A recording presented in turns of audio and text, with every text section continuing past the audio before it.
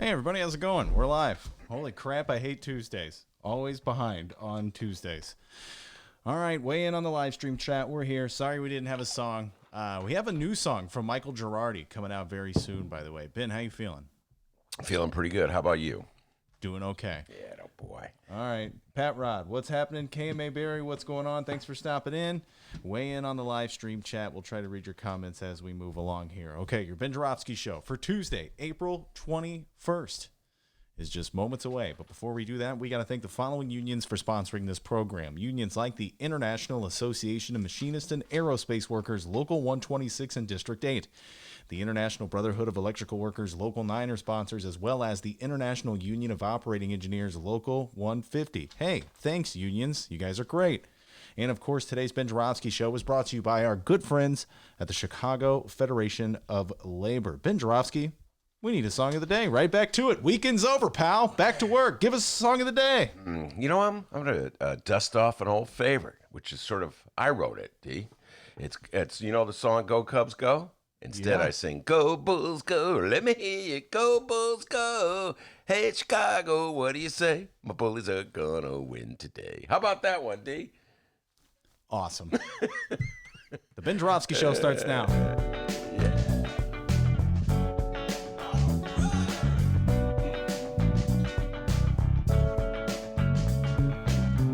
It is Tuesday.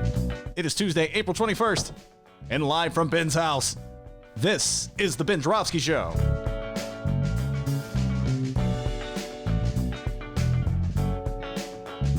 Today on the program, it's Jaquie Algee of SEIU Healthcare, Illinois, Indiana, with guest Ruth Moore over the phone.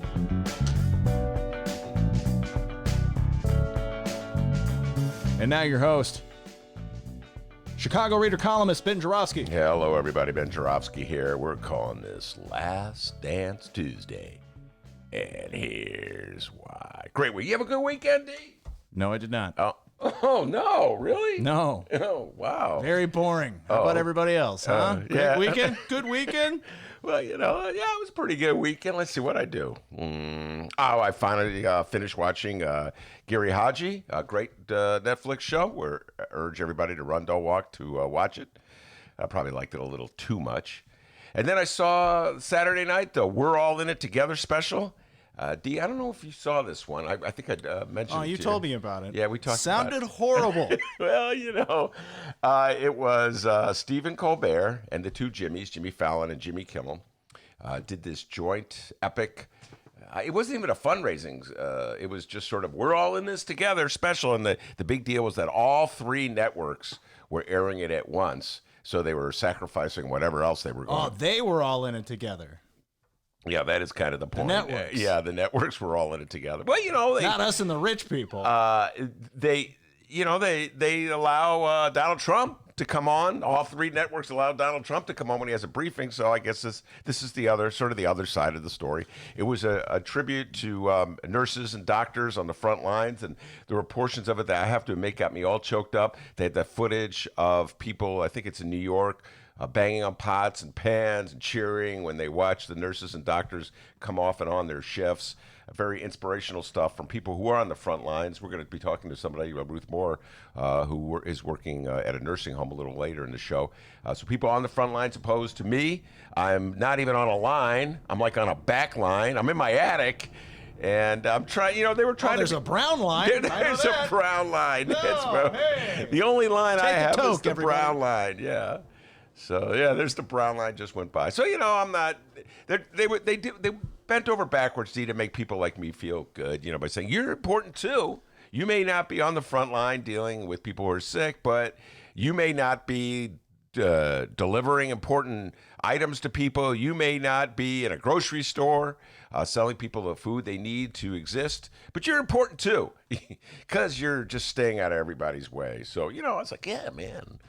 I'm important too. I feel I'm a hero. Yeah. But you know, it was also kind of it's kind of depressing in some ways. I mean, they had all these really cool superstar, wealthy rock stars. Oh, so you were on there. You were featured on there. Definitely not me. All those descriptors sounded like Ben Joravsky. Let's see. You had Stevie Wonder, Lady Gaga, John Legend, Beyonce, the Rolling Stones. I don't know. A whole bunch of really wealthy superstars. Let's hear that Mick Jagger impression. Hello, Dennis. Hello, mate. So good. Flawless. No, here's my Keith Richards. Keith Richards. Yeah, the Stones, like they had to, so for the Stones, they, obviously the Stones are quarantining. They're doing their part, D, okay? So they had 4 different Stones. They only had 4 on there. They didn't have the bass player in it. It was interesting. So Mick Jagger, Keith Richards, and the blanking on the name, Ron Wood, and Charlie. What's Charlie's last name? Frank. What's Charlie's last name? Frank. We'll get to Frank in a little while. A shout out to Frank because he helped me. But anyway, so they they played. You can't always get what you want. I don't know. Listen, it was definitely a very red-blue thing, and let me tell you this: it just exposed the great divide that exists in our country right now in the age of Trump. There was only one country singer, and I ran through this with Dennis, who knows a lot more about country music than I do, and it was Keith Urban, and confession time, only vaguely aware of him. And I said, well, Dennis, they at least have one country singer, Keith Urban. And he goes, yeah, he's from Australia. I go, okay, there goes that. so much for the great red state, Australia. That was it. And, and they made it a tribute to the World Health Organization. And I believe in the World Health Organization. I believe we should have an international organization. Wait, was that feller's name on the Rolling Stone? Watts? Yes. Who told you that? Shout out to Ricky on the Livestream Chat. Ricky, excellent. Frank, you're great. Ben, you can go to the Livestream Chat too. You know what I mean? Yeah. They're right here. Right here. I'm out looking at the alley right now, but I will look at the Livestream Chat. Who's out there in the alley right now? Who's that in the alley? It's Kitty. Kitty's back in town. Sorry. Anyway, so what? Charlie Watts. Yeah, Charlie Watts. Very good. But by the way, it's a really bad rendition, in my humble opinion. But they were still the Rolling Stones, and they're way cooler than I am. Anyway, so the World Health Organization, I believe in an international organization dedicated to promoting better health. Who? Sorry, had to do it. Yeah, no, it's good.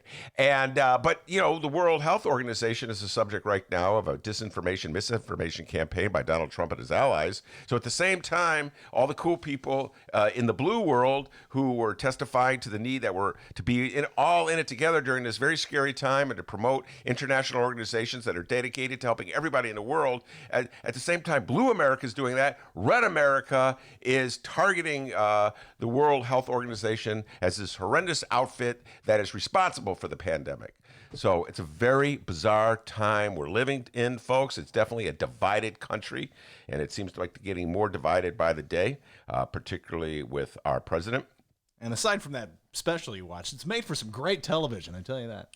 Yeah, well, okay, we'll talk about Donald Trump as a TV star in a little bit. But I got to tell you, D, Dennis has this funny bit he does, which he displayed. What was it? When did you come by to pick up your computer? Was it Sunday? Sunday. And there was this other celebrities were all in together moment that I missed in real time, but then I've subsequently watched at Dennis's recommendation. It's where a whole bunch of celebrities like Will Ferrell get together to sing Imagine, the great John Lennon song. And apparently they decided that a qualification you did not have to be able to sing to be in this sing-along. So I think most of the singers cannot sing. And then there was some actress. Dennis has a great imitation of her. We don't know her name, but she's the one who goes, nothing to kill or die for. Nothing to kill or die for. Come on, D, do it, man. She wasn't even singing. It seemed like she didn't even want to do it. She's nothing to kill or die for. Yeah. Anyway, we're all in it together, folks. Yeah. They're not paying you. You don't have to do it if you don't want to. No, but it was just, it's like you have so much talent in Hollywood and, in New York. Great singers. Just come here to Chicago. There's like 12 singers who are just normal, everyday Chicagoans who could sing better than Anyway, I shouldn't complain. It's really important to try to find ways to inspire us and bring us together. It's just all the singers. Like, we're in this together, guys. Like, yeah, you guys are rich. Yeah, but you guys never go to the Family Dollar. I have to go every week. Yeah, they're not going to Family Dollar, but Yeah. you know, they're quarantined too. They're just quarantined in a nicer space. We're in this together. Butler! Where's my butler?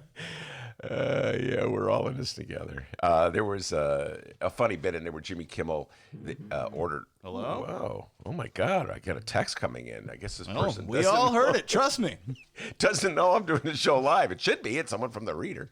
Anyway, so there was a funny Jimmy Fallon bit where he ordered some food, and then the driver came up. He gave the driver a pizza. I know Jimmy Fallon's a pretty funny guy. So I basically enjoyed it, but it did kind of leave me depressed because we are a divided country. We pretend we're not at moments like that during that show, but it's obvious if you have access to the information being put out by the Trump allies and the Trump movement, that they're denigrating absolutely everything that special was trying to celebrate.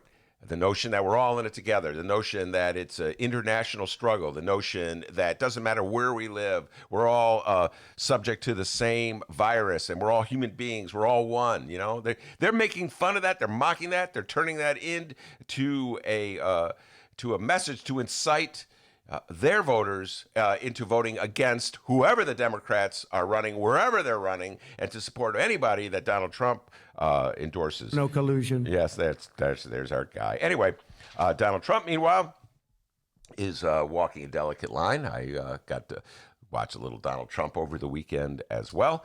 He's playing this one very interesting. He's sending out two messages.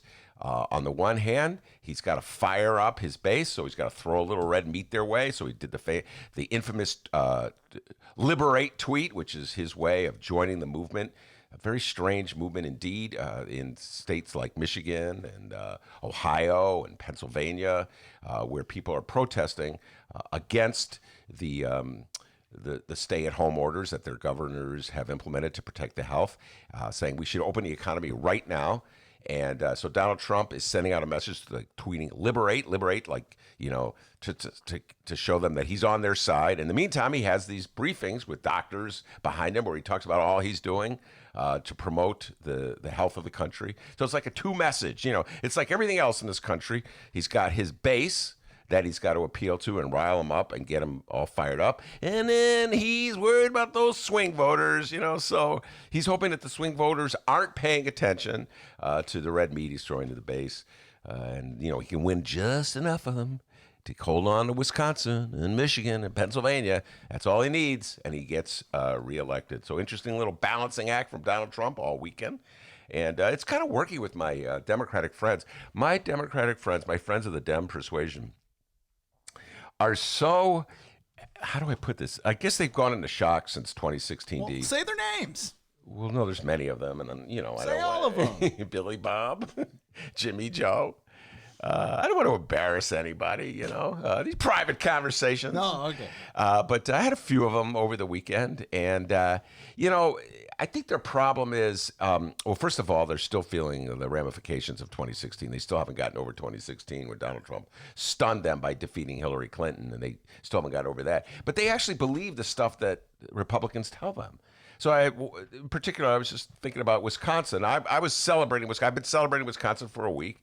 It was a liberal Democratic judge versus a conservative Trump judge. Trump tweeted out how much he wanted voters to support that judge.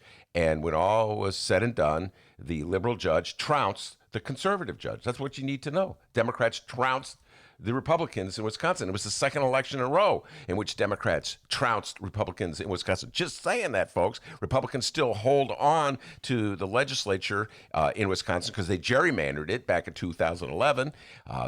Republicans believe in gerrymandering and not suckers like Democrats who talk about fair maps. But so the Democrats have won two in a row, and yet my Democratic friends are saying, well, yeah, but Donald Trump's name wasn't on the ballot. I'm like, that's a Republican talking point. That sounded like Ken Davis. By the way, I talked to Kenny D. He's coming on the show this week. That is not Ken Davis. Ken Davis is not a Dem, that's for sure. But you know, that's my Ken Davis. Yeah, Dems, they just, I think what it is they watch those Sunday shows, the George Stephanopoulos show and Meet the Press, etc., and they listen to the Republican talking points. Well, I heard they're changing that show, by the way. The name of it. I heard it's going to be called "Shut Up and Get in Line" Sunday mornings. I actually, George Stephanopoulos, doesn't he have COVID-19? Didn't I read that? Didn't we talk about that last week? Yeah. My God, it's like the weekend was so long, I forgot that part. But so they watch these shows, they hear the talking points, and then they repeat them. And they convince themselves that the world is bad. They actually believe the propaganda that the Republicans put out. I don't know. Maybe that's good. Maybe that's good to keep Democrats motivated, keep them on their toes so that they don't get sleepy. That's what happened in 2010. Democrats fell asleep, elected Barack Obama, and instantly went to sleep. And guess what? They woke up to discover that the Republicans snatched away Congress and snatched away most of the state houses, had gerrymandered the maps. We're still trying to figure it out. So anyway, that was the highlight of my. Oh wait, I got to give a special shout out to Rexupkey, Chicago Tribune columnist. He's a very funny guy, and he weighed in. He's done 2 columns, D, about Operation Gridlock, which is that insane protest movement in Michigan to try to force the Democratic governor of Michigan to reopen the state. I always like to point out that most of the people part of that protest were staying in their cars just to make sure, maybe this pandemic is for real, so I'll just stay in my car. Anyway, here's what Rexupkey wrote, a very funny guy. Protesting or stubbornly ignoring stay-at-home orders during a pandemic is not patriotic. It would be like the Boston Tea Party, only if the colonists in 1773 had thrown tea in the harbor, then jumped in themselves, drowned, dragging a few innocent bystanders down with them. Very funny stuff from Rexupkey. That's what he wrote on Sunday. And then today he came back with one that was just like, he took the protesters at face value and very, methodically went through all the points to show, how a pandemic spreads, why the coronavirus is more dangerous than the flu, how it's possible to be a carrier without knowing it. So even if you show no symptoms, you could pass it on to somebody else, how we don't have enough tests, to determine who has it and who doesn't have it. All the logical things. And it reminded me of something else I want to say. David Seaton, good friend of this show, and who is T.B. Buchanan's partner on WVON. They have a talk show. I was on that talk show Friday night, D, as a matter of fact. Oh, you did it? I did it. Nice. Absolutely. Stayed up. You were awake. I was stayed up. I was awake. Nice. I think I was awake. Wrote an excellent column on his blog. We're going to have David Seaton on to talk about it. But he said he is through arguing with Trump supporters, that they're so illogical, it just doesn't matter. So he's through arguing with them, which is interesting because Monroe Anderson, who's a regular on this show every Wednesday, thrives on arguing with them, loves arguing with them. So interesting contrast. Seaton suggested we have him on with Monroe so they could discuss arguing with Trump support. That would actually be a pretty good show, don't you think, David Seaton and Monroe Anderson? Both of the Joe Biden persuasion. David Seaton is open about it. He likes Joe Biden. Monroe's a little cagey. Ben, I actually wasn't for Joe Biden. Notice that he doesn't come out and completely say. Definitely wasn't a Bernie supporter. Anyway, very good, compelling argument from David Seaton. I'm going to bring him on to talk about it. And finally, yes. The Last Dance. Oh, yeah. Who's out there going, my favorite part of the Ben Joravsky show is when he taps his pin 6 times in a row. It's great. Make it sound, my dogs bark. It's great. The Last Dance. ESPN documentary on Michael Jeffrey Jordan and the Chicago Bulls, the 1997-98 Chicago Bulls, the Chicago Bulls team that won their 6th championship of the 90s, their last championship of the 90s, hence the name of the show, The Last Dance. And I didn't think I was going to be able to watch the show, D.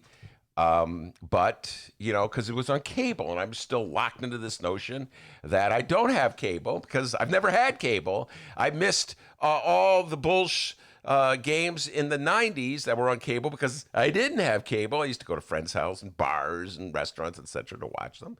And so I even wrote a reader column about it, which is coming out probably tomorrow morning or tonight, about how I probably wouldn't be able to watch it. And then Frank sent me a text. God bless him, man. And he pointed out how I could watch it. And lo and behold, I was able to watch it, D. And I watched it last night. My wife and I watched it. Way to go, buddy. So I Figured out technology. I owe it all to Frank. Wow.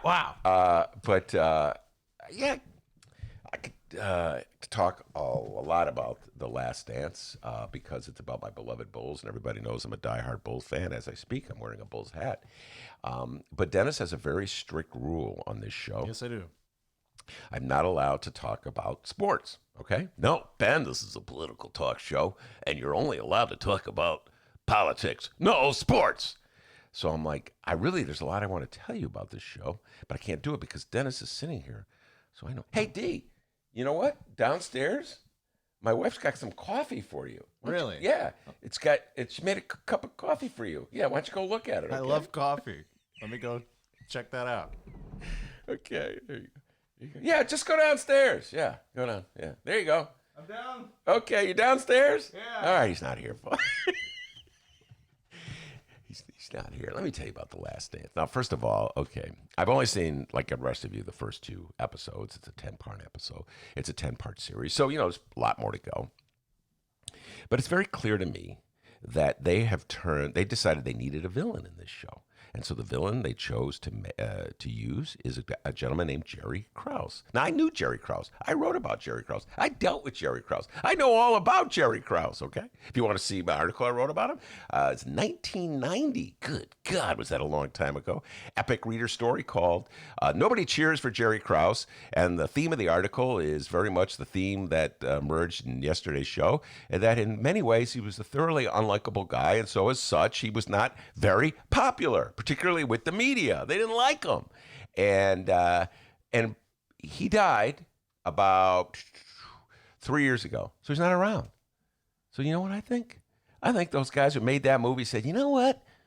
Let's just blame everything, the demise of the Bulls, on the guy who's not around to say anything about it. We're just going to pick on the dead guy. So everybody else is looking pretty good. They all like, oh, it was Jerry Krause's fault that the team fell apart. Yeah, it was Jerry Krause's fault. And all the media's like, yeah, it was Jerry Krause's fault. You got guys in the New York Times, right? Oh, yeah, that mean villain is Jerry Krause. Everybody's jumping on Jerry Krause. This is the other thing. Michael Jordan clearly doesn't like Jerry Krause. This gets back to what I was saying earlier about cool people in the world. I was watching the special over the weekend where everybody, like Stevie Wonder and John Legend. All right, I'm back. Oh. There's no coffee down there. What are you talking about? You told me to look at the coffee, first of all. I was going to look at it and drink it. There's no coffee down there. You came back so quickly. What are you talking about right now? I was just saying that I think in The Last Dance, they picked... Oh, wait, I wasn't supposed to be talking about sports. Fiscal policy in Europe, monetary policy in Italy versus France, and interest rates are very important, Dennis. Anyway, yeah, they just picked on the guy who wasn't around to defend himself, and they just like they always did. Jordan doesn't like... Hey, that's sports. Well, no, it's really human nature. It's like if the cool guy doesn't like the short, rumple-looking guy, the overweight guy, we're going with the cool guy. Nothing's changed since high school, ladies and gentlemen. Anyway, I'm a Bulls fan. I'm addicted. I will watch every single episode. By the way, I got one quote from the show that I really appreciated. And it has nothing to do with basketball, but they were talking, D, about how Jerry Krause let everyone know how much he didn't like Bulls coach Phil Jackson. And they pointed out how in the summer before the Bulls last season together, the championship team, last championship run, Jerry Krause's stepdaughter, I think it was, had got married, and he did not invite Phil Jackson. At which point Jerry Reinsdorf was quoted, the owner of the Bulls was quoted saying, "I'm not sure it bothered Phil that much. If somebody doesn't invite me to a wedding, I'd like to thank them." I think that was my single favorite line. And I'm not a huge fan of... You like going to weddings, D? Oh, no, I hate them. Yeah, okay. You would be right there with Jerry Reinsdorf. I hate going to weddings. Yeah, some weddings are better than others. But it's like, man, I spent all this money traveling. You guys better not get divorced. You're wasting my money and time. There's no guarantee about that. Anyway, by the way, Dennis has agreed to allow me, and I really thank you this team, to indulge my love for the Bulls. I did not, but sure, keep going. During the run of this show, during the run of the Bulls series, we're going to have guests from time to time as bonuses. Dennis agreed to this. to talk about Jordan, the Bulls, basketball. So these are people I know, different generations, but some of them are probably old enough to remember what went down. We're going to open up with Kevin Blackstone, good friend of mine who is a sports writer. We're going to do that, I think, on Wednesday. So Steve James, the movie man who made Hoop Dreams, said he would come on, talk about basketball. So we're going to have us a little fun with this. Why not, huh? The whole country, the whole world is talking about my beloved Chicago Bulls. And we don't have anything to do. We're just in the attic, hanging out, doing shows. So, sure, let's go for it. Let's go for it. As long as we don't do it on the regular show. You know, we're a political show. No sports. Just politics. Although, there's politics in sports. Remember when Craig Hodges came on the show, D? Yeah. 2 years ago. Let's bring when you weren't fired. Oh, yeah. Let's bring him back. How about Craig Hodges that'd back? be great. Anyway, so we will sneak in some Bulls talk because, I'm a Bulls fan. Anyway, that's what I did this weekend. We got a great show today. Jaquie, Algee, and Ruth Moore will be here, SEIU, nursing home workers. It'll be fascinating to hear what life is like on the front lines for them, get their thoughts on the movement, the political movement by Trump and his allies to open up the states, allow people to go back to work. To hell with this virus. If I don't have it, it must not be real. Anyway, so we'll plenty of political talk ahead. But before we do that, the young man from Alton, the man they call Dr. Doobie, with the news. How's it going, everybody? Hey, Brown Line coming up. Here we go. Choo-choo! Riding that train, high on cocaine. I'm starting to think you lied to me about that coffee just so you could talk about sports. No! Did you didn't get the coffee? You told me to go look at my wife made coffee. Go look at it. She also made you a peanut butter sandwich. We're never getting Dennis out of this attic. Good God. I was just talking to my wife about it. Get used to it. He loves doing the show from the attic. Ugh, get peanut butter sandwiches every day. Thanks for joining us, everybody. We hope you're all doing well. Let's talk about what's happening in Chicago and or Illinois this afternoon. First up, it's our Democratic Illinois Governor, J.B. Pritzker. Big problems become big problems when you let small problems sit. Why not tell you old Johnny B. Pritzker has been living up to those words for the last month. The governor has been working around the clock to flatten the corona curve. He's been delivering his daily press briefings. By the way, don't miss today's Pritzker pandemic presser. It starts at 2:30, and it's at the Thompson Center. He loves the Thompson Center, everybody. He's brought on famous people from Illinois to tell you to stay at home. And he even did a commercial featuring penguins to remind all of us to wash our hands. I mean, what more could we ask for? That's a leader, ladies and gentlemen. I mean, you could ask for more, like your job, and it looks like the governor has been thinking about that as well. The following comes from Illinois Politico. When asked if he'd consider opening the state county by county, Pritzker said, quote, region by region, yes. His team is looking at how the state might, quote, phase in people getting back to work or people reopening things. Ben, your thoughts on a region by region reopening Well, phase? it makes sense. We absolutely have to think about when we are going to reopen the economy. But you have to be really certain that, obviously, that you've gotten the virus under control. And here's the problem, Dee. There was a very interesting article, I think it was in the Bright One today, about how your neck of the woods, downstate Illinois, had not been hit as hard as the Chicago area. But that doesn't mean that it won't be. So if you just take the numbers that exist right now and use them as a reason to open up the economy or open up the state or allow, restaurants to reopen, which is what they're talking about, then you could all of a sudden realize like 2 weeks from now that you have a serious problem. So I think it's a good concept and it's obviously the right way to go, but you got to be cautious here, and we're obviously not in a very good environment where people are thinking rationally and logically. We're being motivated by a lot of political talking points. And so it's going to be tough, D. It's going to be really difficult to figure out like a systematic and smart way to reopen this economy. Illinois Politico continues here, saying the governor, who butted heads repeatedly with Donald Trump over the federal government's handling of the pandemic, cited the White House plan for starting up the economy to demonstrate how even Trump's aggressive personal posture had to take a back seat to public health stats. And yes, Donald Trump did respond to J.B. Pritzker. We'll get to that in a minute. But Pritzker did continue. Quote, even according to the White House model of how to move into phase one of what they're calling reopening, you have to get past the peak. You have to have 14 days of numbers going down.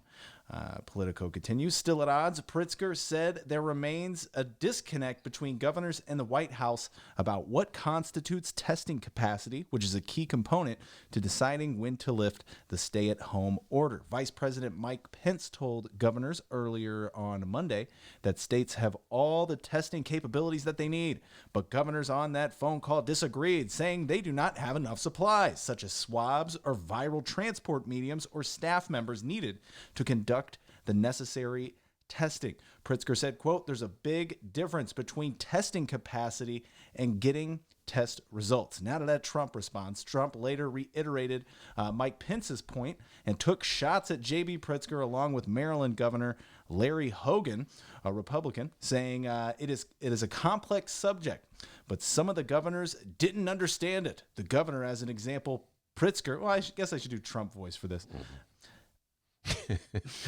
Go ahead. I'm looking Go at it. ahead. Hold on.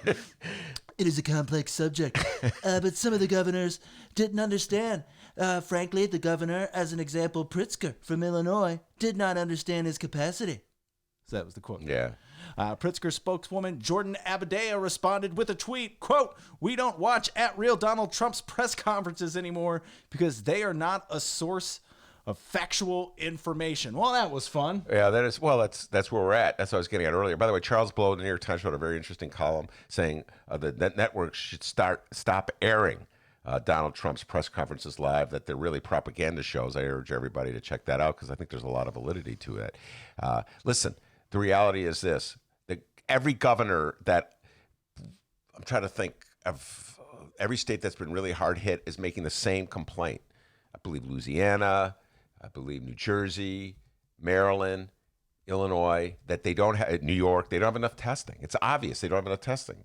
And for Donald Trump to deny it is just part of a larger game of misinformation and disinformation. And you know, this is driven by the reality that this virus is hit hardest at blue areas that vote Democrat. This is what's so painful and difficult. I talked about this already in the show, that the divide in our country, even in like the Feel Good show over the weekend, this is such a huge divide until it hits home. And I don't want it to hit home anywhere. I want it to end. I don't want to be in the attic forever like, you know, well, Dennis, I know like the peanut butter sandwiches are good, but I would like to get back to my beloved little studio at the Bright One, right down the hall from the restrooms. But we're stuck up here because we're in the middle of a freaking pandemic. And it hasn't hit hard at the red areas. And until it does, Republicans are not going to treat it as a serious health crisis. And that's just a reality. That's what's going on in Georgia right now, where Brian Kemp is reopening the state, reopening restaurants. Doesn't apparently realize that people can be walking around as carriers and they don't know, and nobody knows it. So it's very difficult to believe anything Donald Trump has to say on this subject. Now, did you look over Donald Trump's three-phase plan, how to reopen America? No, I haven't read that. Well, let's go over it. I got it right here. All right, let's go. Let's get your thoughts on this. All right, so Donald Trump has a three-phase plan to reopen America here. I'm sure you guys have seen it. No, I've heard about it. If not, well, we're going to go over it anyway. Deal with it. All right, during phase one, schools, daycare centers, and camps should remain closed, and visits to senior living homes and hospitals should be prohibited. Large venues like dine-in restaurants, movie theaters, sports venues can reopen under strict physical distancing protocols. Gyms can reopen if they adhere to strict physical distancing and sanitation protocols, but bars should remain closed. Additionally, elective surgeries can resume on an outpatient basis at facilities that adhere to Centers for Medicare and Medicaid service guidelines. What do you think about phase one? I mean, don't see anything. I see the gym. Like a lot of people sweating and breathing on each other. I don't know if the gym's a good one on phase one. Other than that. It's funny that gyms would be included on that list of things that are essential to open. I mean, if I think of all the things in the world that are essential, I don't go to gyms, so maybe I could tell. Not a big going to gyms guy. Although back in the day, D, I went to gyms all the time to play basketball. In the '90s and the '00s. Okay, in my glory days. But I haven't been to a gym in a long time, so I wouldn't put that at the top of the list. All right, and that was number one. Number one. All right, on to phase two. Okay. Number two. Phase two, vulnerable individuals should continue to stay home. Individuals should continue to social distance, but social settings of more than 50 should be avoided. Non-essential travel can resume. Employers should continue to encourage their employees to work remotely, should keep common areas closed, and should continue to consider special accommodations for the vulnerable population. In phase two, schools, daycare centers, and camps can reopen, and bars can open with reduced standing room occupancy. What? Okay, I don't know. I'm a little concerned about the phase two. I got to hear what's phase three, because opening up schools. Well, first of all, why don't we just say that the school year we're done with the school year? You know what I'm saying, D? Let's just I know this contradicts, this is one of my favorite themes, this notion that every day in school is precious. I realize that. We've discussed this in the past. Whenever somebody wanted to protest Mayor Rahm, one of his horrendous school policies, and have school children show up for the protest, Mayor Rahm would get that look, this is just terrible. They should be this is just time, this is wasted time. They should be in there studying, Meanwhile, if he wants to have a press conference in a classroom, hey, shut the whole school down. The mayor needs to use this as a backdrop. So I realize that every day in school is precious, and I realize nobody should be taking, probably listening to me to talk about schooling as I was such a bad student. However, having said that, guys, there was someone listening, just stop taking notes, right? And you said, oh, maybe I shouldn't follow what he's saying. This guy, if you ever saw my academic record from high school, you go, whoa. God, how did this guy, they passed me, D. They just went, they're tired of me. All right. God bless social promotion. Get this guy out of here. Anyway, I don't know, guys. Just maybe we should give up on the school year for 2020. What do you think? June is just around the corner anyway, so it's kind of over. And so if you're a senior in high school, did you just graduate? Here's your diploma. Here's your diploma. Oh, D, like those last 2 months of senior year, anybody learns anything anyway? Oh, we're going to miss those last 2 months where we're in the parking lot smoking joints. Or we're down at the lake. Or in the cornfield, or wherever. I defy anybody, anywhere in the United States to prove that the last 2 months of senior year were valid educationally. The teachers are so sick of you. The principal is so, get out of here. I don't want to see you again. No, those last 2 months, down to the last drop. You got to write that essay on Wordsworth. Okay, here we go. And there's some guy out there too. Oh, and I was going to be prom king. Well, there's that. I mean, I don't mean to laugh, but it's not funny. I'm trying. I was in the running. But, yes. Obviously, there's those moments that it's disappointing that you don't get them, but there's a lot of disappointing things about this. So, it's, yeah. I mean, it's really hard for me to feel bad about the prom. I didn't even go to prom, D, so I'm not a big prom guy. I'm like, proms are like weddings. We are learning so much about you today. Not a gym guy, not a prom guy. Out. Back in the day, okay? Give me the ball. Clear out, all right? I'm going to the hoop. By the way, just the gym? Yeah, back you play that. But I just have to say one thing. There was some great footage of Jordan yelling at his teammates. Very competitive guy. Save it for the specials. But I just want to say, it reminded me so much of my dear friend Norm. Norm, God bless you. I miss you so much. Haven't seen you in over a month. But playing basketball with Norm, he's always yelling at everyone. Betty J, take the charge. I'm 90 years old. I'm not taking the charge. Okay, Norm, sorry. Finally, phase three. Number three. Take the charge. Phase three of the Opening Up America Again guidelines. It says here, vulnerable individuals no longer have to stay at home, but should practice social distancing and minimize their exposure to social settings where distancing may not be practical. Low-risk populations should minimize their time spent in crowded environments. Employers can allow their workers to return to work in Phase 3. Visits to senior care facilities and hospitals can resume, but those who interact with residents and patients must maintain high standards of hygiene. Large venues like movie theaters, if those exist after all this, and sports venues can operate under limited physical distancing protocols. Bars can operate with increased standing room occupancy. They got this thing about bars. I know. Somebody with clout in the bar industry And got finally, a hold a of them. drunk bastard, you can go back to the bar. The bar is the worst place to be in if you want to limit the spread of contagious diseases. First of all, everybody's drunk. And when they get drunk, they start slurring. And when they start slurring, they start spraying. So, let me tell you, Benny J, about your beeping bulls. And the guy's spraying stuff at me. So, I don't know. Bars would be the last thing. But you notice how they keep putting the bars on the list? They must have done some kind of focus group. Very important, President Trump, to have bars up there high, because many of your supporters love bars. You got it. We spent millions of dollars on this research. Turns out people love liquor. Yeah, my dad could have told you that for free, guys. You know, that's an interesting point that the Operation Gridlock people are making. Some of them. I don't know if you saw this. They're really mad that liquor stores are considered essential places of operation, are allowed to remain open, but churches aren't. You see that, D? And that was so why should you be able to go to a liquor store as opposed to a church? And I'm pointing, generally people aren't sitting on top of each other in liquor stores. Oh, you haven't been to the right liquor store, buddy. You should come around my neighborhood. Every night I take my walk. And He's a hero, guys. I make sure I do it when it's later at night, no one's around, because I'm not spreading any disease.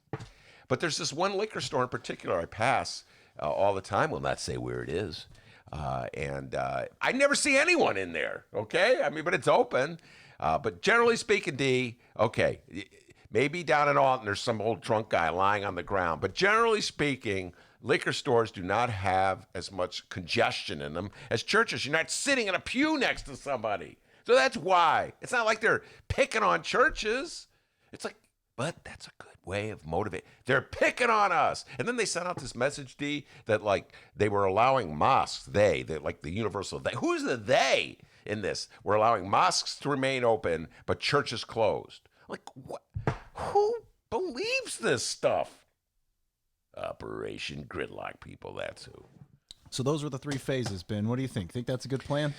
Yeah, duh. I could have come up with that plan. No, yeah. I could have come up with that one. Yeah. You and I together, D, could have come up with that one sitting on my front porch in between doing imitations of the lady from the sing-along. What did she say? Imagine. Dennis Joravsky, 2024. Let's go, baby. That's correct. All right, moving on. Chicago Mayor Lori Lightfoot. This little light of mine, I'm going to let it shine. Wait, I just got that. Yeah. So would you be the president and I'd be the vice president? No, you'd be. I'd be the VP. No, I'd much rather be the VP. You don't have to do anything. Just sit around, smoke a doobie.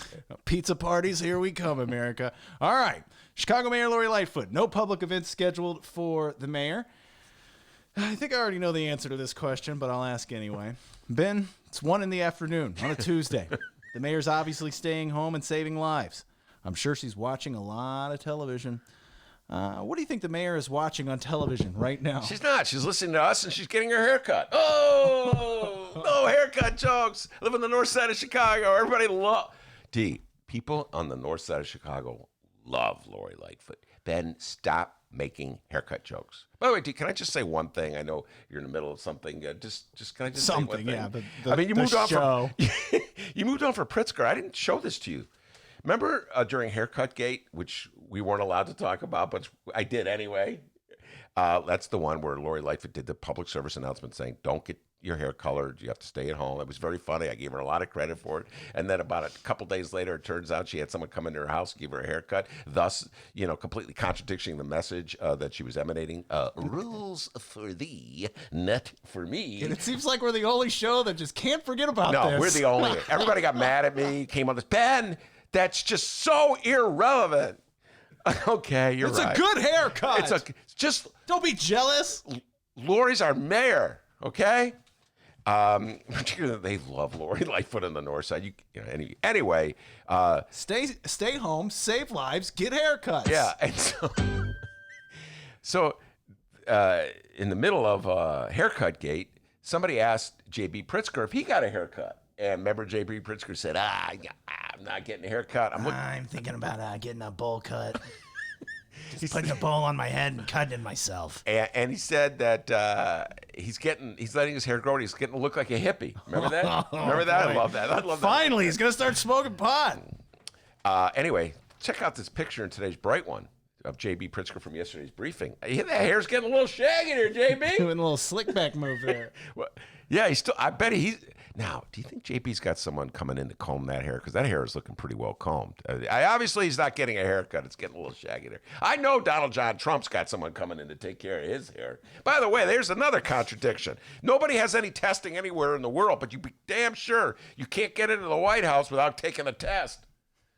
Yeah. Anyway, J.B. Pritzker, I do believe, is letting his hair grow in. So I just had to say that.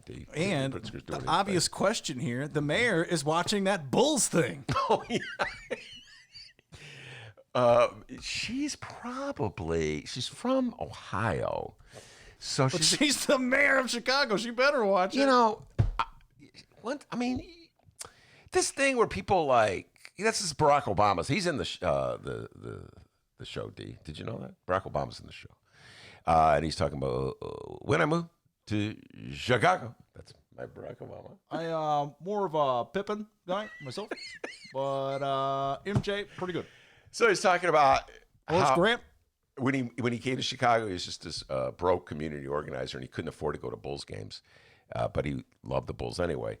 And so I'm thinking, Barack Obama, you're from Hawaii. My guess is you're a Lakers fan. Just saying. Just my guess is you're a Lakers fan. And, that's just, you had to come to Chicago, so you had to be. And he came to Chicago right at the time the Bulls took off, so it's easy to get caught up in it. But my guess is more of a Laker fan than a Bulls fan. So I'd say that Lori Lightfoot is probably a Cleveland Cavaliers fan. Well, based on all this, you're from Rhode Island. So what, you'd be a Knicks fan or? Very good point.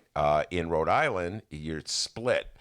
Well, when I was there, most people would be Boston Celtics fans, but I moved to Evanston the first year the Bulls were in existence, and it was like they came in existence for me. And I hadn't really followed sports until then, and I was just like, love at first sight. My beloved Chicago Bulls! They came in existence for me, D. D, this is how old I am. I know every year of the Chicago Bulls, okay? That's old, all right? So, I didn't really have time to develop a fondness for the Boston Celtics, and now I cannot stand the Boston Celtics. Ugh! What did Ricky Hendon say about Ray Lopez on the show, D? Oh, he can't stand Ray Lopez. Can't stand the Boston Celtics. All right, so she's more than likely watching that Bulls thing. Like she's watching it right now. All right, but we have to talk about today's story in the Chicago Sun-Times. All right. Hey, listeners. Remember Willie Wilson? Yeah, remember him? The guy who recently ran for mayor in 2019? The guy who was handing out checks to people at churches? The guy that ran as a Democrat and voted for Bruce Rauner for governor and Donald Trump for president? The guy who almost convinced me to go to church? Well, the hits keep coming. Wait, time out. He almost convinced you to go to church? He was handing out checks. Oh, I see. Right. You had to go to church. I think he was handing them out at the City Hall as well. So you could have avoided church, D. You had just gone to City Hall, but whatever. Well, the hits keep coming, baby. The following comes from the Chicago Sun-Times, and yes, the one and only Fran the Woman Spielman.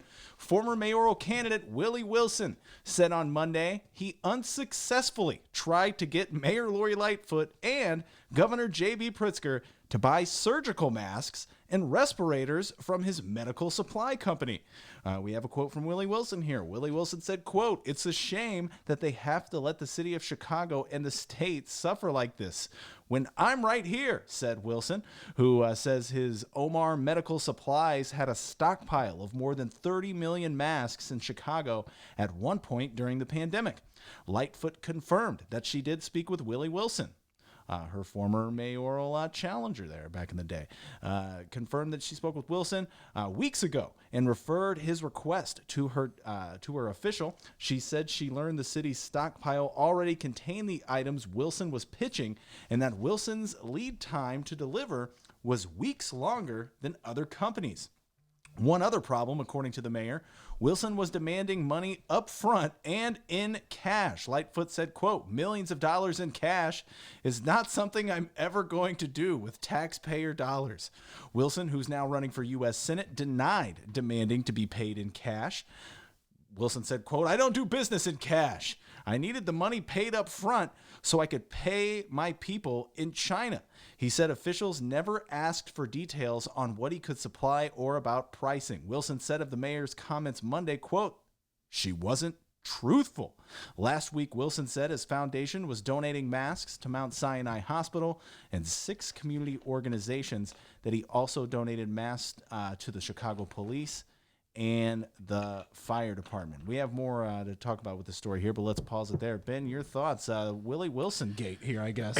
Well, you're really basically asking me, who do I believe, Willie Wilson or Mayor Lori Lightfoot? Right? That's basically what you're asking me, because she says he demanded the money up front, and he says, she says he demanded the money in cash up front, as in 5, 10, 15, that kind of cash. And he said, no, he didn't. So you're asking me, D, who do I believe in? Who do I believe? Willie Wilson or Lori Lightfoot? This is those moments where you really like to duck and dodge. You know what I'm saying? I mean, I live on the north side of Chicago, which is Lori Lightfoot country. Everybody loves Lori. So if I say I believe Willie Wilson, they probably won't let me walk down the streets anymore. And on the other hand, Willie Wilson's been a good friend of whatever radio show I've had. He's come on everywhere. So who do I believe in this story, D? Did I tell you about The Last Dance? It's a really good show. I don't know, man. I don't know who I believe in this story. Did Willie Wilson want the cash up front in cash? He claims it's not true, D. I don't know. Maybe they just had a misunderstanding. How about that? They had a misunderstanding. Well, I think the big question is, dude, just give them the masks and work it out later, right? Yeah, that's... Wow. Oh, I don't take... give me a check. Dude, we need the masks. Give them the masks and you got money, dude. Worry about it later. You know what? That is an excellent point. How come I didn't think of that? I don't know. That's why you should be the president and I'm the VP. That's an excellent point. Just give her the mask. Like you're take the money later. You're holding the masks hostages, hostage. We need the masks. You know what? That is a valid point, young Dennis. That is an excellent point. Give them the masks. But having said all that, who do I believe in this tale? I want the money in cash. Yeah, count it out. Only $20, please. No, $100 bill. Isn't that how they do it when they come in and rob a bank? I want $50,000 in $100 bill denominations. Yeah, no. That's a good point. Just give them the mask. I got all the masks. Where do you want me to deliver them? All right? How much money? Don't worry about it. We'll take care of it, later. Let's just get these masks to the people. This kind of reminds me of a story I did for the Reader many years ago, having nothing to do with anything, but it just kind of reminds me. Jim Grabowski, he was going around. Jim Grabowski? I'm sorry. That's his name? Jim Grabowski was a football player. Jeff Grabowski, my bad. Anyway, Jeff, if you're listening, hope you're staying safe and secure and sound and healthy and all that. He was going around he got this idea, this is many years ago, that he was going to collect food from restaurants that were throwing it out and give it to homeless shelters that needed the food. So this is just something he was doing. And he ended up getting in trouble with the city of Chicago. I forget what. It was a long time I did the story, but they claimed he was like running an illegal business, and they dragged him in the court. I got about 2 columns out of it. But yeah, it's just one of those things where, a guy's trying to do something, then just go do it. But then the city says, no, there's rules to be followed. So maybe I don't know. Maybe it's a lot harder to donate masks to the city than you think. So, but your point's well taken, D. Give them the masks. Let's get it over with. Give them the masks. What are we talking about here? All right, let's go to the live stream chat before we wrap it up here and go to Jaquie Algee for today's interview. Fred, what's going on? Fred's becoming a regular. A regular here on the live stream chat. Fred says Lori probably loves LeBron. Yes, right. She's from Ohio. She loves LeBron, ladies and gentlemen, but she's not going to say it now. Who's her favorite Bull? She's more of a Steve Kerr fan, right, D? Now, why do you say that? Because they're both guards. And Lori Lightfoot actually played basketball in high school. She was a point guard. So I guess maybe, she's a BJ Armstrong. Well, BJ Armstrong was not on the second Bulls championship run, as you know, as being an astute Bulls fan and student of Bulls history. BJ Armstrong was on the first Bulls run. So let's see, who were the point guard? They didn't really have a traditional point and guard. Like Ron Harper, he was like huge. All right. So that's why I said Steve Kerr. I love it when people weigh in on the live stream chat, people that we've never seen on the chat before, and just ask their minds just explode that they have to weigh in on the live stream chat. I love that. This feller here, I'm trying to read the name. It's M-A-T-T, Matt. We're going to call him Matt. Matt says, did Ben just say that kids are smoking in cornfields? I don't know what I said. I was on a ref. You're talking about high schools. Yeah, I think I was saying they were smoking in the parking lots, but they might be smoking in cornfields too. I don't know what they do. The high school I went to was surrounded by cornfields. And did kids go? Yeah. Okay, there you go. Smoking. I'm gonna break it to you guys.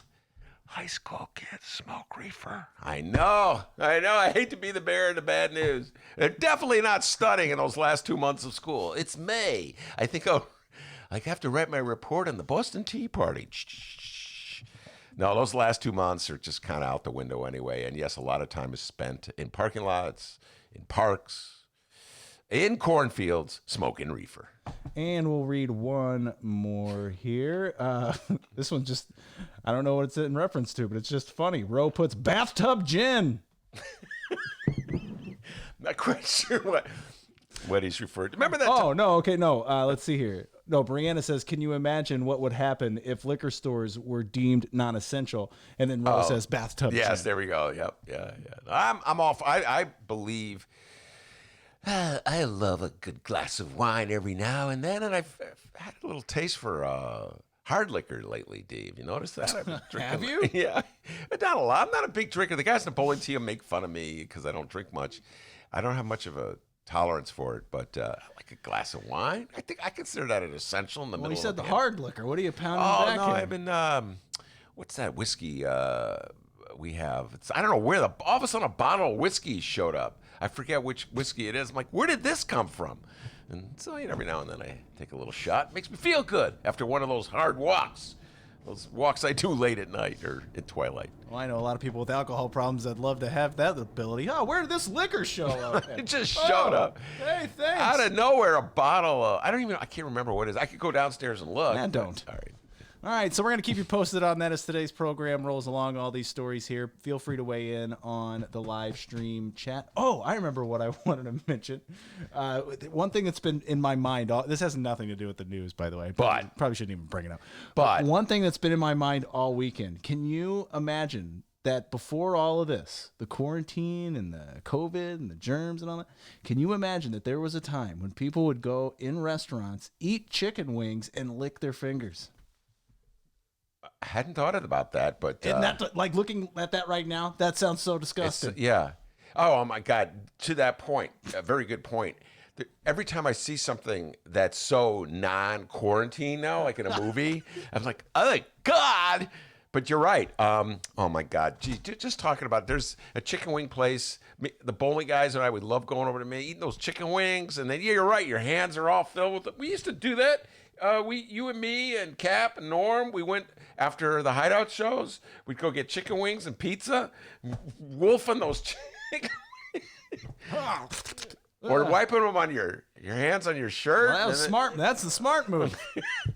Yeah, man, the good old day. We'll get. Hey, wait. We're never going to be licking our fingers after chicken wings after all in this. phase 3 of Trump's get back to normal plan. Number 3. Number 3. Do they have chicken wing licking. Okay, finger licking. Is that on there? Let me look. Wait. No, it's not on there. That, by the way, that list is a classic case of Donald Trump having it both ways. On one hand, I've got this 3-part phase, part 1, which is all responsible and Dr. Fauci-like and made to appeal to people and swing voters in Wisconsin. Oh, he's so responsible. What a president. And meanwhile, he's sending out Liberate, Operation Gridlock, take to the streets. Let's get back to work. They're trying to keep us out of our churches. That's your president, ladies and gentlemen. All right, everybody, we're going to take a quick break. When we come back, we're going to grab Jaquie Algee of SEIU Healthcare, Illinois, Indiana, and she's got a special guest as well. We're going to be talking unions, Frontline medical workers. Frontline medical workers, and so much more. Don't go anywhere. It's the Ben Joravsky Show. Wait, let me make sure there's no train coming. Okay, live from Ben's house.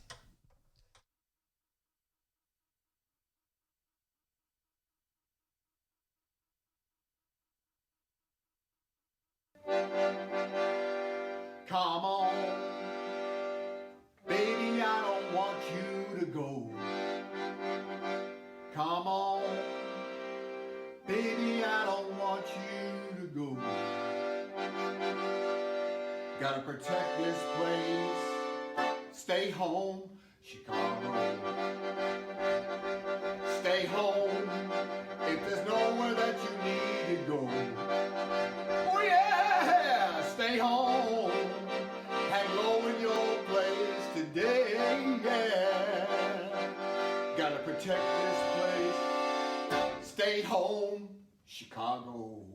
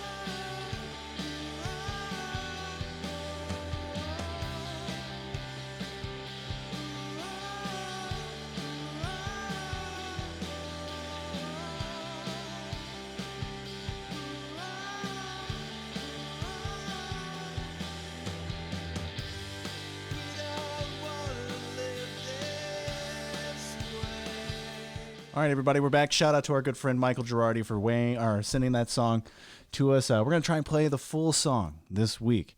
By the way, if you're in a band or you know someone who makes music and they want to get their music exposed on the Ben Joravsky Show, we'd love to expose it. Just send it our way. BennyJShow@gmail.com. BENNY, the letter J show @gmail.com. You can reach out to us on social media as well at Benny J Show, BENNY, the letter J show. We'd love to play your music. The only one catch, don't sue us.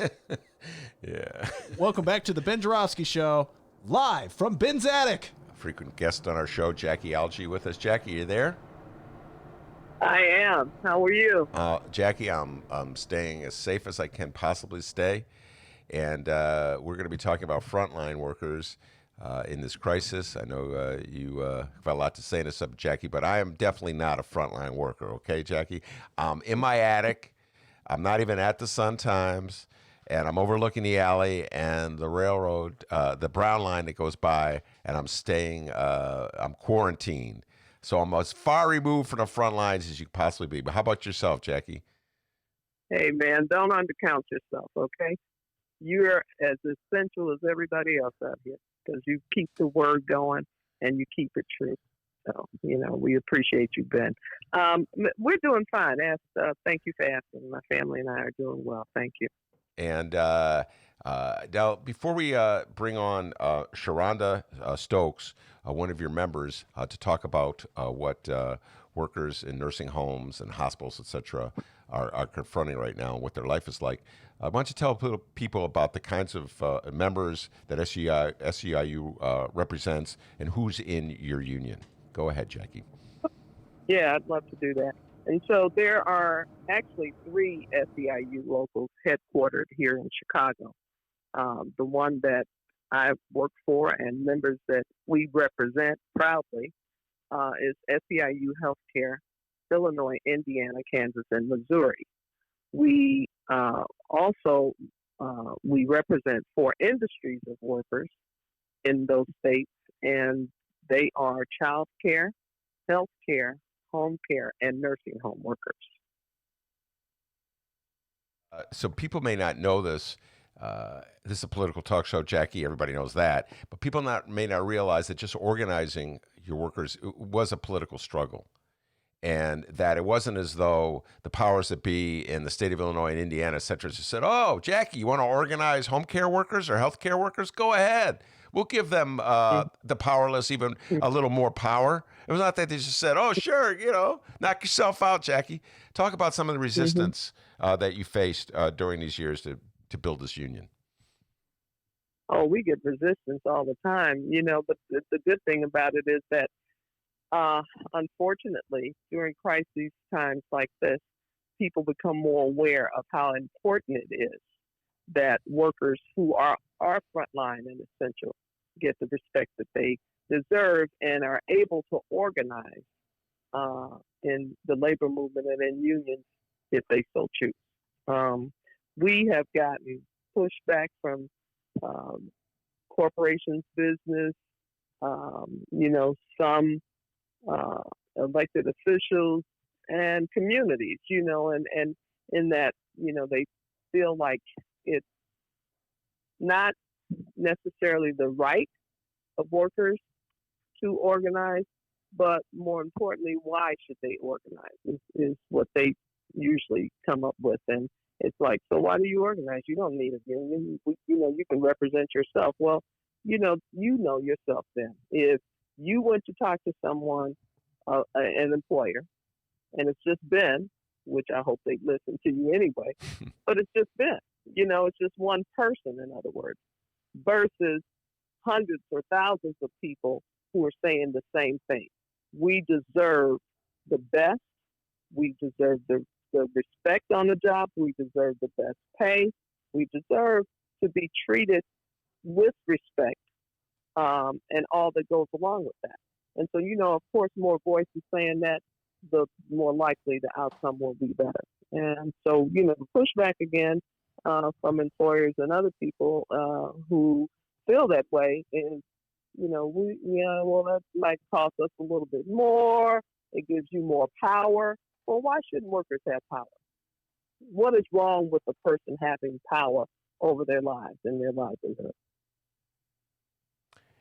Yeah, and it's interesting you should say this. My focus has been diverted a lot, Jaquie, these days by the Chicago Bulls and this documentary about Michael Jordan and the Jordan years. Without going on a tangent there to the point you're making, one of the themes that's emerging from the first shows is that the guys who actually do the playing of the basketball are the ones who bring the value to the product. It's like almost like a Marxist analysis buried in this documentary that's glorifying Michael Jeffrey Jordan, who's a billionaire, and his fellow members of the Bulls. But you get what I'm saying? It's almost when you were saying that, I was thinking about how in the documentary people are saying, we're the ones who have value in this equation, and so it's just, I was like, age-old lament from organizers and activists. It's funny that you draw that similarity, if you would, Ben, because I felt the same when I watched the show on Sunday. It's like, okay, so he's absolutely right. If we don't play, then you don't have a game, and you don't have a franchise, you don't have anything. Yeah. Right. Yeah. No, but it's funny. Yeah, and everybody's like, "Well, if you don't have the horses, you can't run the race." I go, "Well, you got to feed the horses." We talk about horses, Jaquie, before we go a little further with bring Sheronda on, I got to ask you your thoughts about what's happening politically in this country right now. There's such a great divide. I've been talking about this a lot today on today's particular show. I'm thinking about the movements like the one last week in Michigan, Operation Gridlock, where Trump supporters rallied at the State House Lansing to demand that the Democratic governor of Michigan open up the state. I don't even know really ultimately what they hope to accomplish by this other than to find a mobilizing issue for themselves. It's kind of a scary moment when the country can't even come together, Jaquie, on the notion that we should be trying to stay as safe as possible and staying at home. Well, for me, Ben, it's racism at its core. We know, and I'll say racism, but then I'll also stretch that to include all people who work and live either under the poverty level, close to it, or certainly in that 99%, the larger percentage of people in this country, right? Mm-hmm. And so you've got those that were out there protesting, and a part of that group, I'm not saying that you had the wealthy people that were out there protesting, because certainly was not that, but Trump gives them the platform to be able to, protest as they did out of ignorance, because to me that's what it exactly is. Anytime you want to risk not only the lives of other people, for them it's like, oh, it's all those other people that are afraid that they might get it, they'll get it, not us. Mm-hmm. But guess what? You're risking your life, the lives of your family and community as well.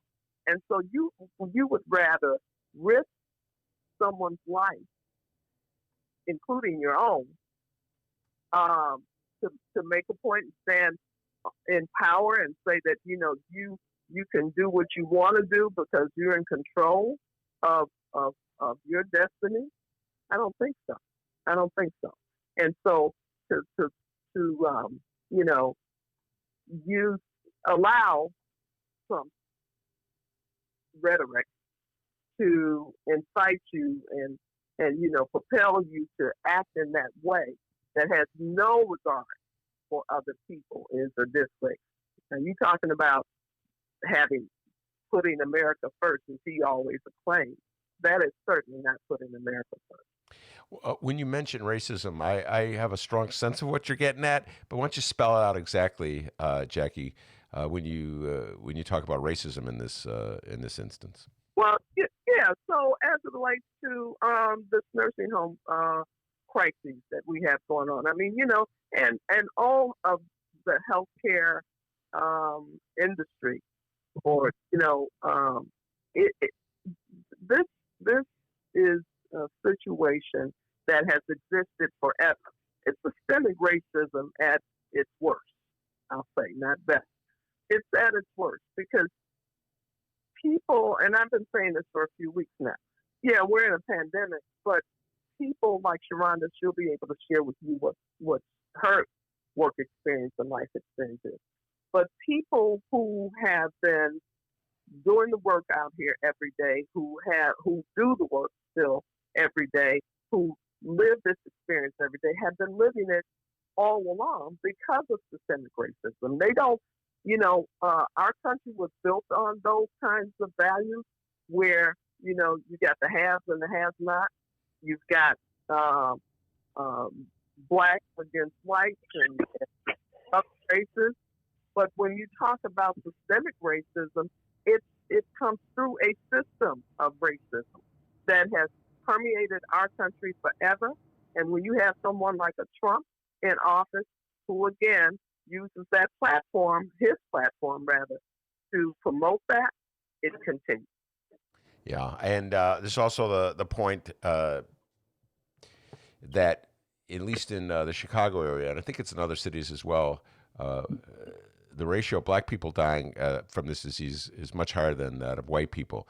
And I'm starting to worry that this is turning into this notion, well, we don't have to worry about this.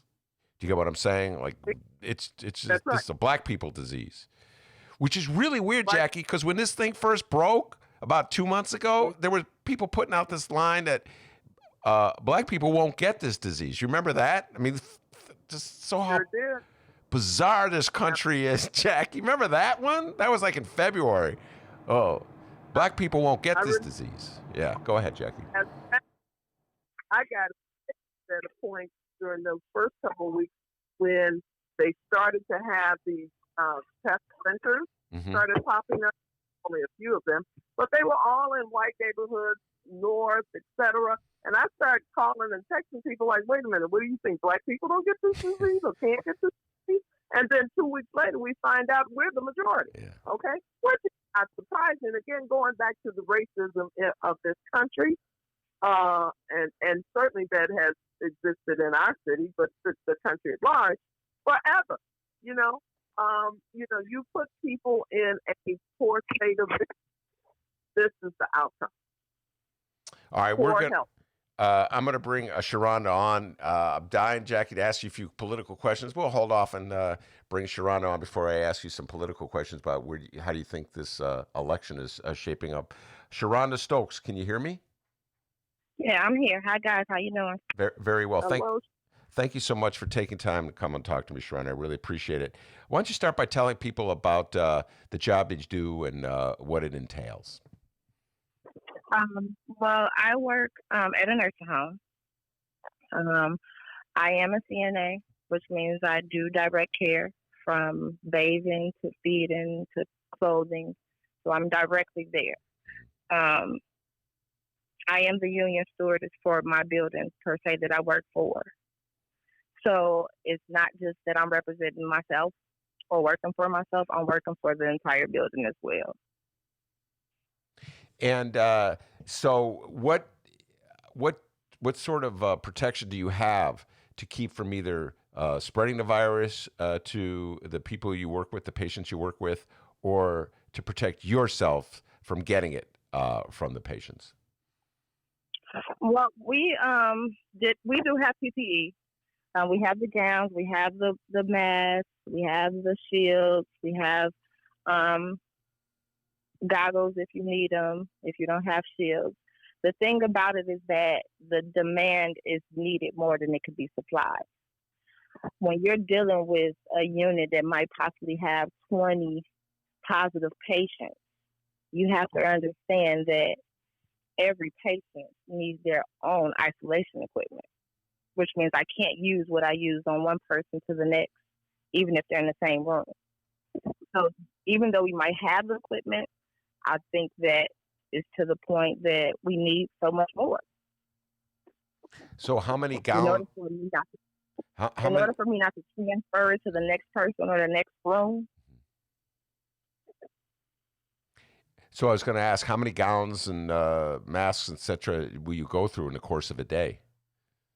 In the course of a day, it does depend on how many I'm dealing with. Mm-hmm. But let's say I have 10 patients that are actually COVID positive. Each patient requires me during the day.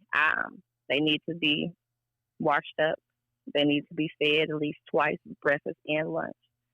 So when I go in my room, I have to gown up, which means everything that I'm putting on has to come off when I get ready to come out. So if I'm going in to do a change, personal care, or anything like that, and I get ready to come out, that has to come off. When I go back in to feed, I have to gown up again. And the next time I go back in that I need to check to make sure they are comfortable and breathing, I have to gown up again. So the proper way, in order for me not to transfer anything, I'll probably need 5 to 6 sets of gowns just for that day shift for one person, not 20. And So go ahead. I'm sorry. the need is there. It's just that we don't have it. The supplies, we don't have it. So have you ever actually just run out of equipment and just been unable to help your patients because you didn't have the proper equipment? Yeah, it's been times that we don't have anything. It's been times that I actually have to wait for management or administration to come in the building for me to get it. So if it's to the point that I'm coming in at 6 o'clock in the morning, but my management might not show up to 8, I can't do anything because I can't go in those rooms without being properly protected for myself. Because if I do, I'm potentially exposing myself, and I can potentially take that home to my loved one. So I have to think about me. Mm-hmm. Yeah, or the reverse, of course, you could pass it on to the patients as well. And when pass it on. And when you raise these concerns with the management, what's the response? They're trying to do the best they can. In which I understand this is not just a personal crisis for one personal nursing home. This is a worldwide crisis, and I get it. But in order for us to try to keep our residents as safe as possible or still breathing till the next day, we got to do the best we can. And right now, we're not. I actually have to say I don't get it. I understand what you meant by saying you get it. Do you realize that nursing homes across the country are in the same boat? But I do not understand how a country as wealthy as ours is so ill-prepared. Yeah. I mean, when you're talking like that, yeah, I think that y'all should be able to supply us just as well as you're trying to supply these hospitals. Yes, we need just as much as they need. So, yeah, the demand is there. We need it. But what I'm saying, when it gets to the point, if I can't pinpoint and say it's just my nursing home that's failing, we're all in this together, and we're struggling. And the people who are actually getting the worst is our elderly folks. They can't get no help. Yeah, let's talk a little bit about that. Obviously, these are elderly folks who are alone. They're not allowed visitors. What's the sort of the mental situation in the nursing homes? Well, as far as staff, being a CNA, one of your main things is building relationships. You want to build relationships so they can trust you, so they can be comfortable with you, so they can confide in you. A lot of people don't understand that our CNAs are majority that first line of contact that residents have. They feel a little bit more comfortable with you. They can sit down and have a longer conversation with you than they can, a nurse that's in and out. But it's hard. Right now, I'm to the point of not being able to go to work. I'll be honest. I was tested, and I came back positive. So right now, I'm on self-isolation. And at this point, all I can think of is my 20 or 30 grandparents, because they my grandparents. I've built those relationships. Is how are they doing? Why I'm not there, and I can't take care of them. So it's an emotional bond that we build. You're now positive and you're in self-isolation. So did they hire somebody to pick up the slack because you can't go to the nursing home? I couldn't say yes. I couldn't say no. I can say that staffing is an issue, and staffing has always been an issue, especially in our nursing homes. It's like a revolving door, no matter where you go. Mm-hmm. So it's never going to be enough. Even with me being there, I still need help. You know what I'm saying? But I know that my dedication and my compassion that I have for the job that I do will always, overweight the fact that I got 20, 30 people to take care of. I'm going to make sure I try to get those 20, 30 people taken care of. But I understand it's hard. And it's exhausting. And it's overwhelming. Sheronda, you tested positive. How are you feeling? Do you have the symptoms of COVID-19? I do have mild symptoms. My main symptom was loss of smell and taste. I lost that. That was what I noticed. As far as anything else, not really. I did develop maybe just, runny nose, sniffles or something like that. But like they say, it's not just a cold.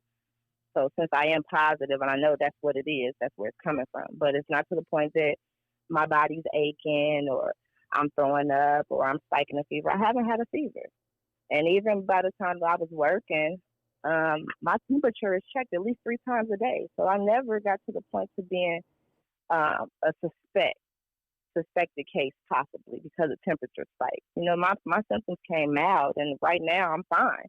I'm just to the point where I'm ready to go back, but I understand that I need to sit. Oh, yeah, you have to stay home. How many days has it been since you tested positive? 7. I tested last Tuesday. So you got another 7 days. Yeah, I got a whole another week to sit. So how do you isolate yourself from your family? How do you set that up? I'll be honest. When this really came abroad and, they closed schools and things like that, I have a 10-year-old son.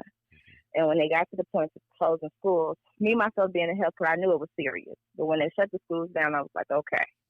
I made the decision to have my son go stay with his dad while I was working. Because my fear wasn't, catching this virus. My fear was coming home and bringing it to my 10-year-old. So I made that decision a couple weeks ago to have him stay with his dad. So he's not in contact. Well, literally, the only person at home is me. And I've been going to work and coming home until I couldn't. So as of right now, it's just... So you're all alone, and do when you tested positive? Did you go through your mind trying to figure out how you picked it up? Did you do that? Did you have like that moment where you sort of flash back at any encounter that you might have had? Did you kind of detect? Not really. I'll be honest. We're living in this world that we don't know who has it. I don't know if you have it. You don't know if you have it. You won't really know unless you're really, really sick or to the point that you test. So me being in a nursing home and by us popping up and finding out that we did have positive cases and knowing that I was in direct care of, some residents that did come up positive, I wasn't in shock when it came to the point of me being positive. It was just the fact of, okay, now what? I didn't know how my body would fight it, how my body's going to deal with it. So that was my bridge. It wasn't to the fact of me being shocked of knowing that I have it. It was just the unknown. We don't know what tomorrow could bring because nobody's dealt with this, so we don't know what it's going to entail for the next couple of days, or if I'm going to get fine, or if I'm going to get worse. Yeah. I don't know. Sheronda, I have to tell you, if it were me, I'd be trying to figure out, was it that guy on the Walgreens? Because it was about a month. There was a guy. See, I worked at a nursing home, so I wouldn't have been thinking it would have been anywhere else. Yeah. I think I got it from working, because I know I go to work and I come home. I'll be honest. I clocked overtime for the last 2 pays, and I'm there because I know, people are sick and the people that can't come. So I'm working extra days. I'm working extra shifts. So I had no other idea that it wouldn't come from somewhere else. It had to be there. I've been at work. Sheronda, did you have you been seeing these movements throughout the country? I was talking a little bit about was Jaquie in Trump areas, Trump supporters going around saying it's time to open up the economy. It's time to stop making people stay at home. It's more important that people go to work. Go ahead. To me, teach his own. However people feel is how they feel. But I think they don't understand because they're not dealing with it one-on-one. Us in healthcare, we see it a different way. You know what I'm saying? Life and death is different in our eyes. And when I can go into a place and I can, lose 10 people from this virus, I know it's serious. But by you not seeing that, you don't get it. It doesn't hit home until it's at home. So a lot of people don't understand it until it's a family member or until it's a friend or somebody that you know. They don't understand it. So healthcare workers, we see it a lot different. We like, stay home. Me, myself, personally, yeah, my symptoms are not that bad, but I'm advocate to, come on, stay home. I didn't got it. And I'm trying to be out there to help people. 10 people from the nursing home where you work passed? Is that why you said that? No, what I'm saying is if it's to that situation, people that's not in healthcare don't see that 10 people, you know, I didn't work 5 days and I done lost 10 people to this virus. If you ain't never been in healthcare, you won't view it the same way I view it. So you don't understand when they say stay home. And I do. Yeah. Did you by any chance watch that show on Saturday where everybody gave the tribute to healthcare workers and frontline workers? Did you see that show on Saturday night by any chance? Yeah, I thought that was awesome. To be honest, it was emotional. It touched my heart because it made me feel like I do understand to a certain extent. Like somebody out there is actually listening. Now, we do have some people that's not, of course, but it made me feel like y'all got our back, in which we go in and we fighting on a day-to-day basis. Like I say, our CNAs and our dietary, laundry, they front line just as well as our nurses and our doctors are. Yeah. We deal with it just as much as they do. And it ain't just the physical stress of it, mentally. You don't understand how many relationships people build just being there.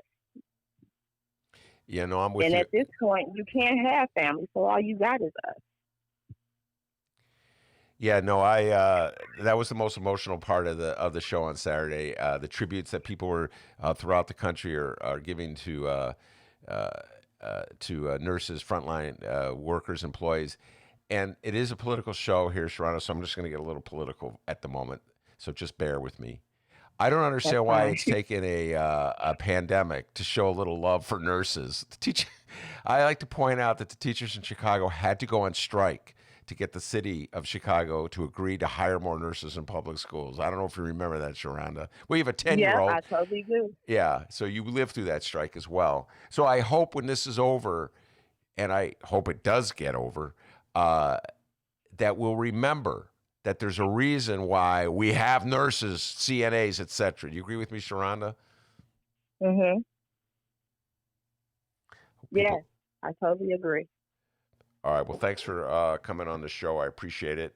And no problem. Thanks for having me. Stay safe. All right. And get better. All right. Thank you. Sheronda Stokes. Jaquie, Algee, you still there? I am. And so you probably you hear stories like that quite a bit because these are your members, correct? Yeah. We hear too much then. You know, again, during these first few weeks, and I agree with you. I am so glad that they started recognizing frontline workers as they have described them, continue to describe them. But they were sectioning them off, and you know, most of the attention then was given to nurses and doctors, and I get that.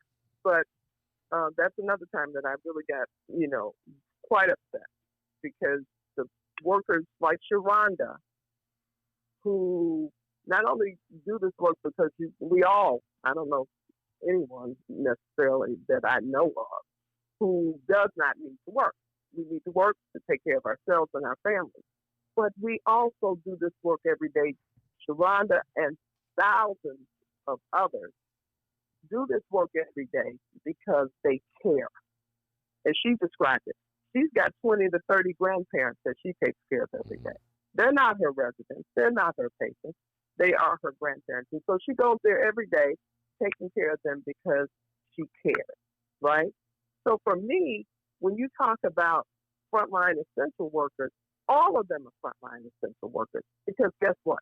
If you didn't have the Sherondas, and I could go down the list, if you didn't have the Terrys that were cooking every day, if you didn't have the Oz's who were delivering the food every day, if you didn't have the Jameses who were transporting every day, it wouldn't happen. Those residents who deserve the best would not get the best, right? certainly, nurses and doctors could give them medical treatment and advice. But the care, the personal care, and the emotional support, they would not get. And so,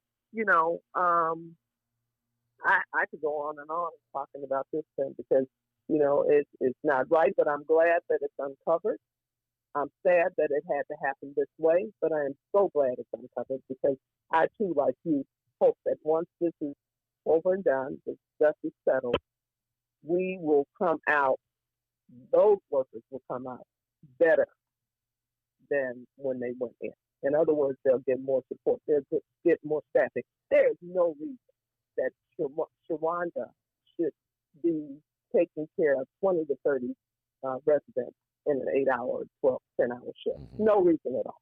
That's not justice to her, and it certainly is not justice for the way those residents should be treated and the care that they should get.